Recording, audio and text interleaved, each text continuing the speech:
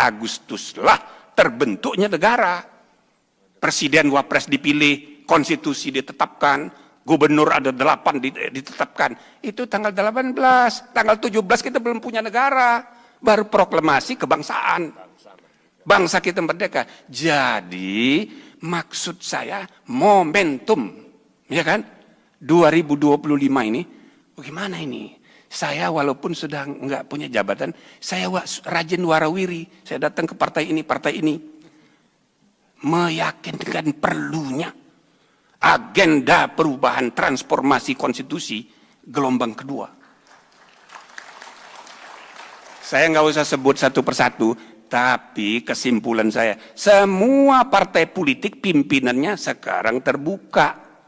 Tinggal apa yang harus disepakati minimal. Jadi jangan terlalu banyak. Tapi mereka sudah membuka diri, tidak hanya urusan GBHN gitu loh. Nah, kenapa begitu? Karena ini momentum. Kita harus membuat sejarah, memperbaiki sistem yang kita anggap ya perlu diperbaiki. Nah, ini ada 5 isu di sini. Salah satu isunya adalah penataan kembali struktur lembaga perwakilan dan permusyawaratan. Menurut saya cukup 2 saja lembaganya, jangan 3. Sekarang ada MPR, ada DPR, ada DPD. Sejarah DPD jadi kayak begini ini kompromi. Tadinya mau bicameral, tapi kompromi. Ya udah, kita setuju DPD namanya sebagai lembaga sendiri, tapi MPR lembaga sendiri juga. Tapi dalam praktek DPD itu hanya memberi masukan, tidak membuat keputusan. Jadi aspirasi daerah selama 20 tahun terakhir hanya memberi pertimbangan. Nah, maka ini yang saya sebut wujuduhu ka'adami. Periode kemarin sengaja saya masuk di PD, maksudnya perlu kita perbaiki dari dalam. Alhamdulillah ternyata nggak bisa. Maka kesimpulan saya, sebaiknya satu, MPR kita perkuat. Antara lain misalnya menetapkan GBHN. Ya kan? Yang kedua, tapi ini diskusi itu sendiri. Wakil presiden itu nggak usah dipilih langsung, dipilih oleh MPR aja. Jadi setelah presiden terpilih, daripada kasak kusuk kayak kemarin, sudahlah wakil, cukup rakyat memilih presiden, wakilnya ditetapkan oleh si presiden terpilih, tapi disetujui oleh MPR. Jadi betul-betul orangnya presiden, bukan orang hasil kasak kusuk pragmatis transaksional.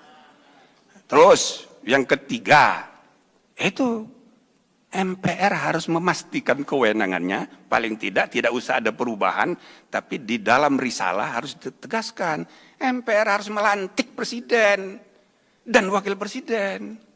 Selama ini pasal pelantikan oleh MPR belum pernah dijalankan. Yang ada itu hanya membuka sidang, monggo silahkan melantik dirimu sendiri, ibaratnya begitu. Padahal eksplisit disebut MPR melantik presiden. Nah, ini kan belum dijalankan supaya MPR ini betul-betul wibawa. Gitu. Nah, juga yang paling penting lagi, MPR ini harus kita kembalikan sebagai penjelmaan seluruh rakyat. Utusan golongan, saya anggota MPR utusan golongan terakhir, cuma kita kalah waktu itu. Kalah karena semangat reformasi, ini semua yang diangkat oleh Pak Harto, akhirnya dibuang. Maka tinggal 2, perwakilan politik di DPR, perwakilan daerah itu dilembagaan DPD. Utusan golongan tidak. Padahal saudara-saudara, Bapak Ibu sekalian, ini ya apa yang disepakati oleh the founding leaders ini luar biasa. Ada 3 sistem perwakilan. 1 political representative partai, yang kedua regional, ya kayak senat di Amerika, ya. Yang ketiga utusan golongan kayak House of Lords di Inggris. Jadi kalau di Inggris itu ada House of Commons, ada House of Lords, sedangkan di Amerika ada House of Commons politik, ada senat. 2 tambah 2 digabung jadi 3. Satu-satunya di dunia kayak gini. Tinggal problemnya bagaimana utusan golongan itu harus dipilih. Nah, kalau itu kan gampang. Diatur supaya masing-masing utusan golongan itu dipilih oleh lingkungan organisasi masing-masing dan pelaksananya diatur dengan undang-undang. Sedangkan DPD ya udah keburu jadi lembaga sendiri, ya sudah kita ubah jadi praksi di DPR dan praksi di MPR.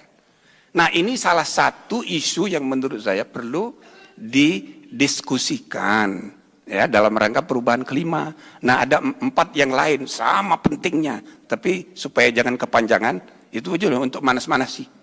Saya kira begitu, Bapak Ibu, saudara-saudara sekalian. Assalamualaikum warahmatullahi wabarakatuh. Waalaikumsalam. Tepuk tangan yang meriah untuk Prof. Jimli. Dan kami ucapkan terima kasih kepada Ketua MPR yang sudah hadir, karena Pak Muzani akan segera meninggalkan ruangan. Harus mengejar flight ke bandara karena belum bisa bangun airport di depan gedung DPR ya. Iya. Oke, Prof. Jimli, paten sekali tadi kita dapat ulasan dan provokasi dari Prof. Jimli bahwa ini kayaknya ancang-ancang amandemen konstitusi udah mulai ini nih Pak, dapat legitimasi dan dukungan moral dan spiritual dari Prof. Jimli Asyidiki ini kan. Kita mau ke, ya kan? Kita mau masih mau nanya lagi ke Prof. Jimli? Ya nanti aja di diskusi. Kita mau ke pelaku langsung nih.